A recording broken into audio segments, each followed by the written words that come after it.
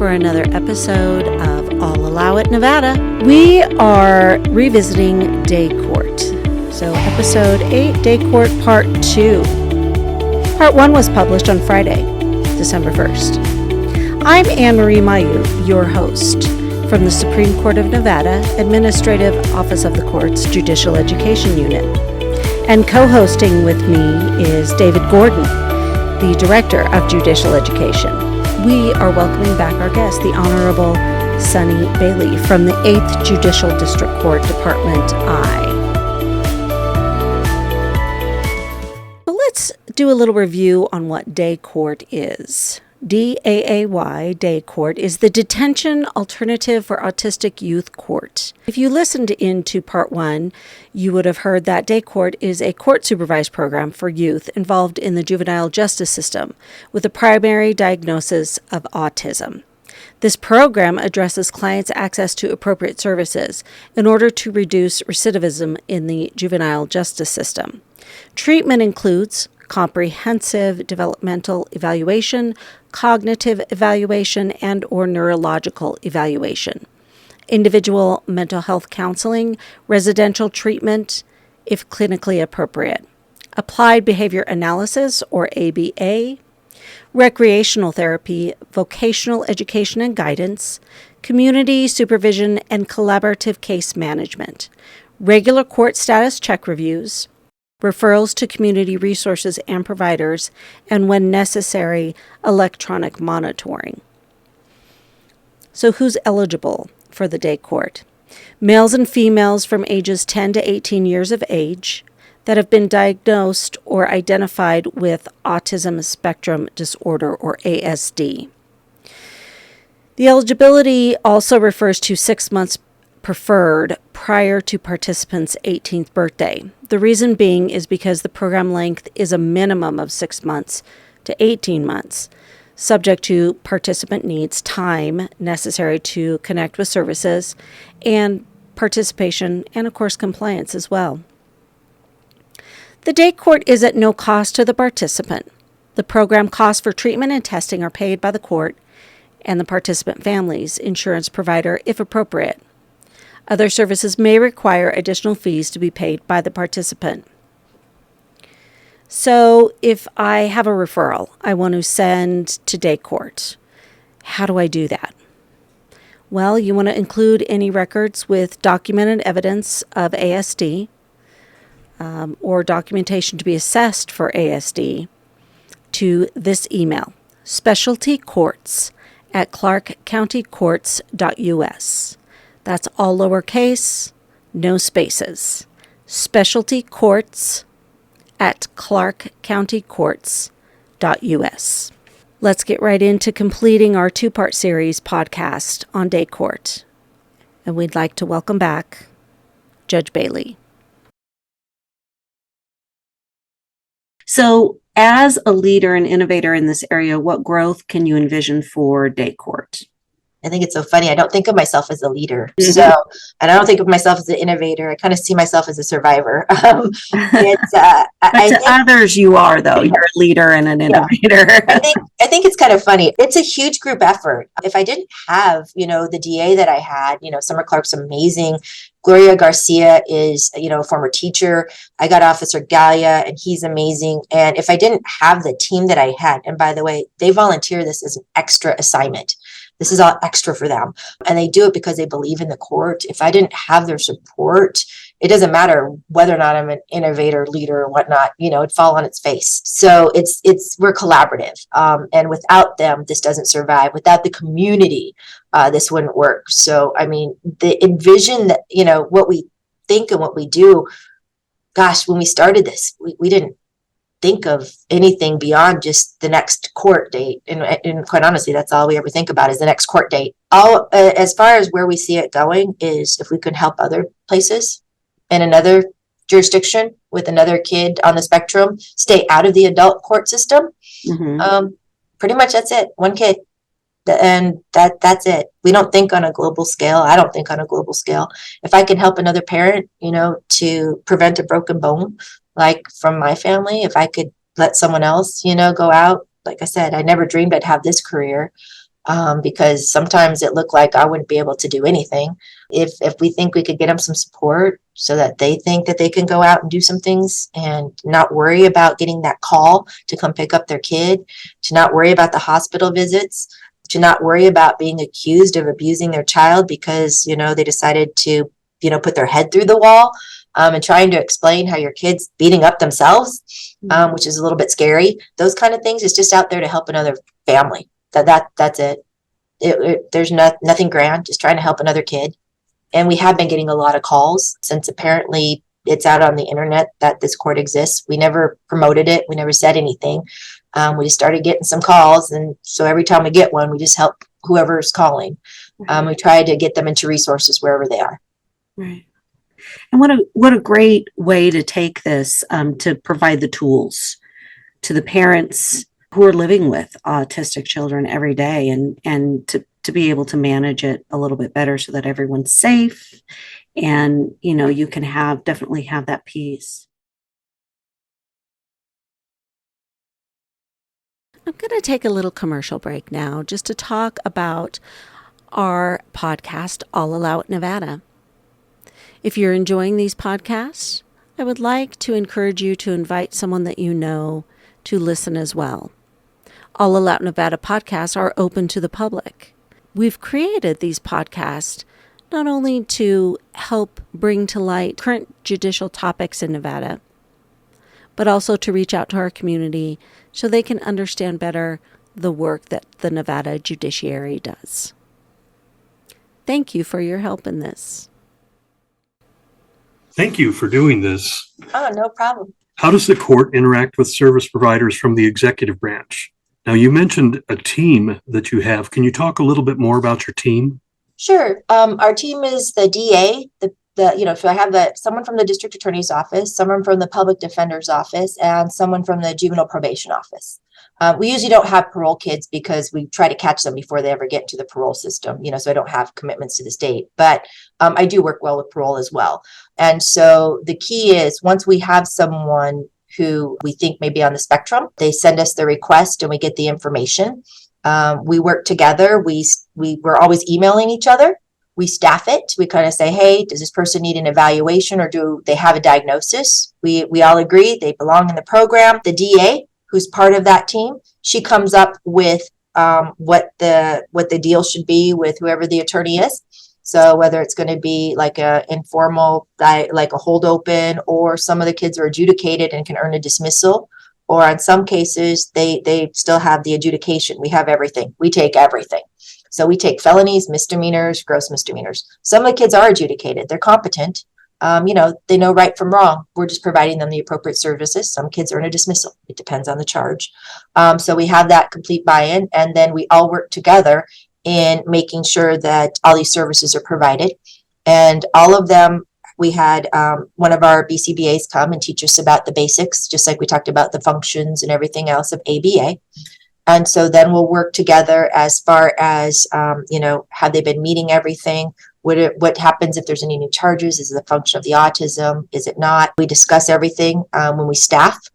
And then our criteria for graduation from our program is we try to make sure to see if they're our top are number one, we want to see if they qualify for DRC, which is Desert Regional Center, to make sure on whether or not they're going to have services.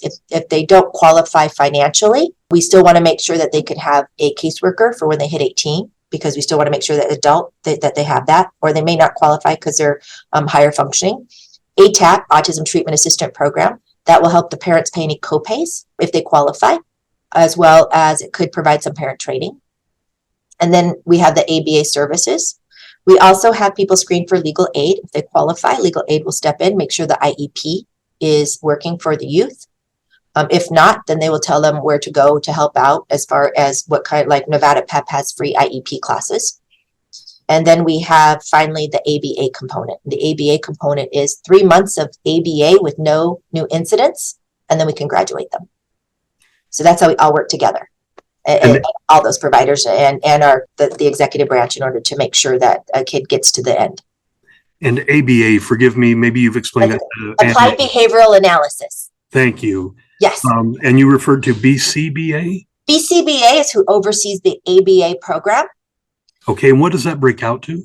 Board certified behavioral analyst. That's what it Great. is. Thank you. And they're overseen by a board. And the benefit we have here in Nevada is ABA was actually developed in the 60s at UCLA by Ivar Lovaas, Lovaas. And he is a psychologist. And what he was doing was research into whether or not the Skinner approach to behavioral modification would work towards schizophrenics. It didn't work, but he found out it did actually work towards children with autism. So that's where the whole ABA premise came about. And his son, Eric, has taken over his work and has actually opened up centers here in Nevada as well as California, and actually one in Spain. So we actually have access to Eric, and that's who I actually trained under. And so we had the benefit of that for 15 years. So I'm actually 15 years trained under ABA. I have to comment on it. You came here from Seattle because of the services that you heard about, which is kind of counterintuitive to what we think of as which location offers better support services. I think that's a real positive, and I hope that we can all take some pride in that here. Another question I have for you is, how does the age of a client inform the process? I think what happens is as the youth gets older, we get a little more panicked. Because what happens is it's harder to modify a behavior, the more set you are in your ways. I mean, it's an old dog, new trick. So it's a deadline issue. Oh, yeah, it is. If we can't get something done by 18, it's really hard. The chances of getting any services are almost none. So we're really on a deadline. And so especially if we want to get them approved for ABA services, there's already a wait list. And it's really hard trying to sell to a lot of people, especially a lot of providers. Hi, would you like this little cute 3-year-old who's just been recently diagnosed and gets a certain rate, which by the way, we're the lowest in the country, or would you like my 300-pound 17-and-a-half-year-old who's had 0 services? And by the way, he's on his 8th petition for battery. It's a little bit tougher, which is why I'm so grateful that I have my providers that I do who's willing to take my 17-and-a-half-year-old 300-pounder and try to work with them, because if we didn't, we'd be looking at people in the adult system, because a lot of these kids are competent. As they age, then, is there an interaction with the adult guardianship program? Yes, we have a volunteer who will help the parents if they need a guardianship. And so they'll actually work into the guardianship program. If our youth are higher functioning, they'll meet with them and talk with them about whether or not they may not need a guardianship. They may only need like a couple, maybe a power of attorney for finances or something else. And then legal aid works with us as well. So, and then we also work with DRC for those who are lower functioning in order to help transition them and try to work with them into getting them either into ILSA is a new term, but that's basically a supervised kind of like group home setting. Or they also have SLA, which used to be supplemental living assistance, but now it's called something different. But that's where they could stay at home and receive Medicaid assistance to have someone come into the home to help the parents, so the parents can still do things and work with that. Or they also have group homes as well. But those can also work with ABA, because now, just this last session, ABA can go till age 26 with Medicaid, but we got to get them started first. Okay, great. I've got just a couple more questions. Oh, no worries. Judge. Really appreciate your time on this. Oh, no worries. You've graduated over 60 clients. Is there a common factor in the success that they share? Parenting and people who are motivated. And I think a lot of it is persistence. And I think it's a lot about our team who won't give up on these kids. Because some of them were testing us right and left, and we're like, we're not giving up. We got to keep going. Got to keep going. My DA is phenomenal. I think it would have been easier if I had a different DA. They would have said, that's it. We're done. Let's just go forward with regular and pop them over and let's put them on probation. Let's just send them to the camp. Let's just commit them. I think it's just huge. DA Wolfson's been amazingly supportive of this program. And like I said, Summer Clark's amazing. Gloria Garcia, who is our PD, and Darren Imlay, of course, our public defender. Gloria is a former teacher. So she gets right in there. She's like, nope, we're dealing with this. And we hold the parents accountable. We're like, parent training, more parent training. We're getting more parent training. And just being able to throw all the services at everyone that we can and letting them know that we're not going to give up on them. I think it's just the amount of just absolute persistence that the team has been able to give has been just amazing. It's great. We haven't given up when the parents are like, we're done. We're like, nope, not an option. still going. You're retraining the parents or re-energizing parents in some cases, right? Oh yeah, and looking at the parents, how did you react? Oh, you did what? Okay, why did you do that? Why did you think that was a good idea? Let's step back. And so we had to go back with that. A lot of times we're fighting with the school districts. Why did you do that? Why did you put him there? Why did you do this? No, he's not ready to do this. That's not a great idea. So we're on all fronts ready to do this, but sometimes it helps to, we take the blame. I'm the bad guy. I'm going to be the one that's going to be accountable. But the ABA providers like it because now parents can't take the easy route out when the kids are acting up, because anytime you're going to get a youth who's going to have a behavior, which we call extinct, we're going to extinct a behavior, it goes away, you're going to have a huge spike in that behavior. So when the spike in the behavior happens, you're like, I'm done, I can't do this. And then it just drops off. So people think that it's kind of going to be this nice little cycle. It's more like these big, steep series of cliffs, because it's just replaced by different behaviors. And right when it gets to the peak, you're like, I can't do this anymore. And then it's just gone. So it's not a gradual shift. It's just like dropping off a cliff. And then it's like, okay, that behavior's gone. Wait, where did this behavior come from? And so it's just a constant thing. So you have to teach them to be ready for the next behavior, because again, it's 24 hours a day, 365 days a year. We have to prepare them for this kid's rest of their life. We have to prepare them for work. If they go into service industry and someone pops off, you can't go and batter them. So we have to teach them to function as independently as possible. So it's not just this little case we're looking at. We're looking at life skills. We're looking at survival. You've mentioned the IEP, the individual education plans. So do you work closely with the schools on those? Does the school district have a presence in these? They don't. They've come a couple times. They've sent a couple compliance officers and they've never come back. But we do have legal aid who shows up. And so legal aid shows up. But I do know they're aware of our program because they do, we do get kids from them. And I do know that we made a difference. But I think that they're overwhelmed. I mean, they're short on teachers. And again, I think that from a teacher standpoint, what we always tell them is, again, autism is 24 hours a day. We got to train the parents. The parents can't expect them to go to school and have it fixed. It's a 24-hour endeavor. And so we got to work hand in hand. And I think they're just overwhelmed.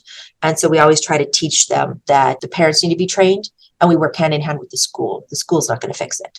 So that's where we're at. But I think they're just overwhelmed right now. It sounds like your court is in the business of providing resources to everyone involved. Yes. We're like a big Band-Aid right now. So you're in the largest judicial district in Nevada.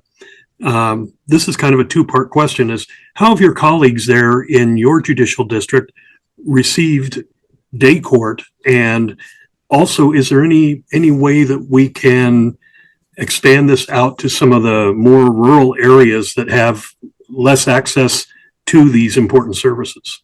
I've been amazed at how supportive my colleagues are. We have those AA fees that are designated for juvenile, by statute. And so they do give us some of the AA fees. But my colleagues actually, they'll refer people to me because DAAY Court doesn't just occur for delinquency. I get, referrals to help out over in dependency, to help out. If we get a parent who is ready to give up their kid because they're on the spectrum, I'll get called in. And if I can keep a kid with their parent, if I can help out, we're doing everything we can. And my court's ready to volunteer. Like, nope, don't bother. We're not a formal referral, but we'll take them informally and we will help them. Send them over. We'll do it. So we'll help them out. And then even on domestic cases, if there is a custody dispute and a kid's on the spectrum, they send them to me. I'll do the mediation. But the first thing we look at is we look at the parents and say, what's your services? You guys can't do this alone. Let's help you with the services. So we set them up for services first. So we extend our services to all of the family division.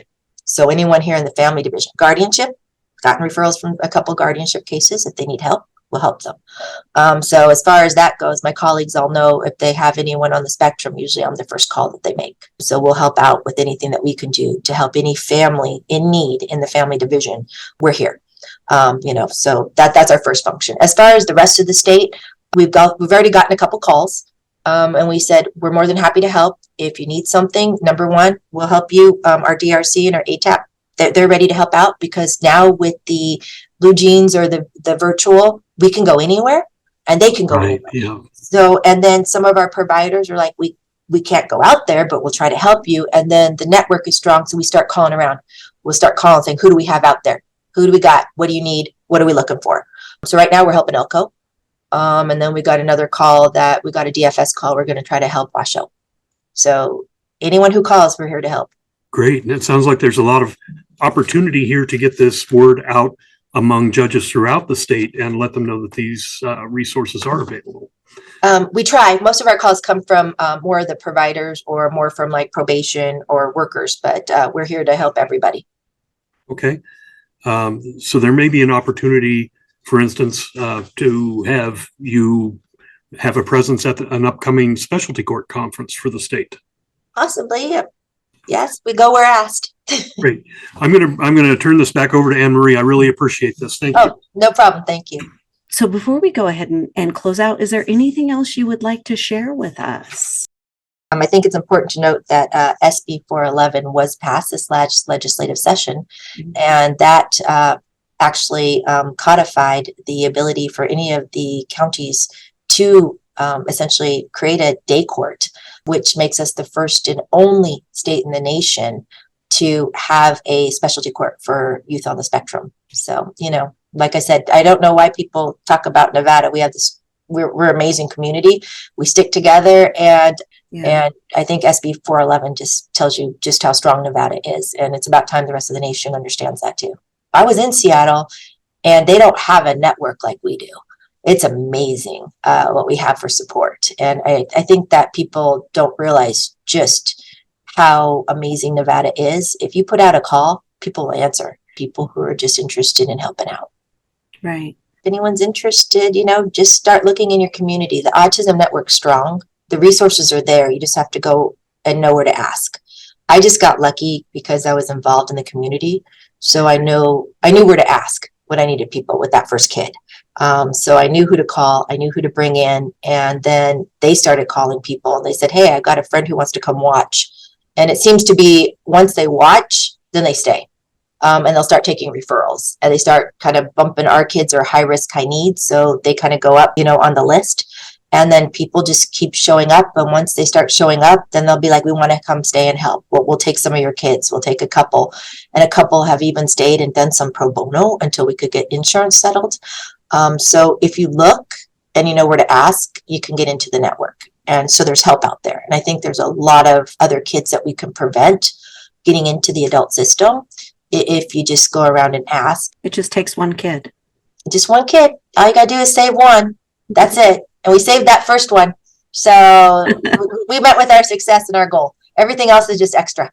That is amazing. I just want to thank you and your team for all of the work that you're doing for our Nevada families who are trying to manage autism in their lives. And you are a good resource because Oh, it's just here I think a lot of us know a lot of things in different areas. And I think the whole key, we talk about diversifying the bench. I think we forget about how much everyone can bring to the bench, and we just need to tap into it more.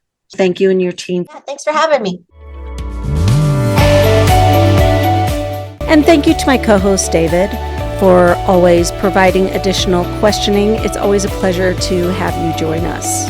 Again, if you would like to send any referrals to DAAY Court, please submit those with the appropriate documentation of evidence or documentation to be assessed for ASD to specialtycourts@clarkcountycourts.us. All lowercase, no spaces, specialtycourts@clarkcountycourts.us. And we'll just go over a few reminders before we send this podcast off. This podcast is open to the public, and we would encourage you to share it. Our podcast is published every first and third Friday of every month. It is also accredited for continuing legal education. If you would like to receive continuing legal education for this podcast or any of our podcasts, please fill out a certificate of attendance and email it to jepodcast@nvcourts.nv.gov. That's all lowercase, no spaces. jepodcast@nvcourts.nv.gov.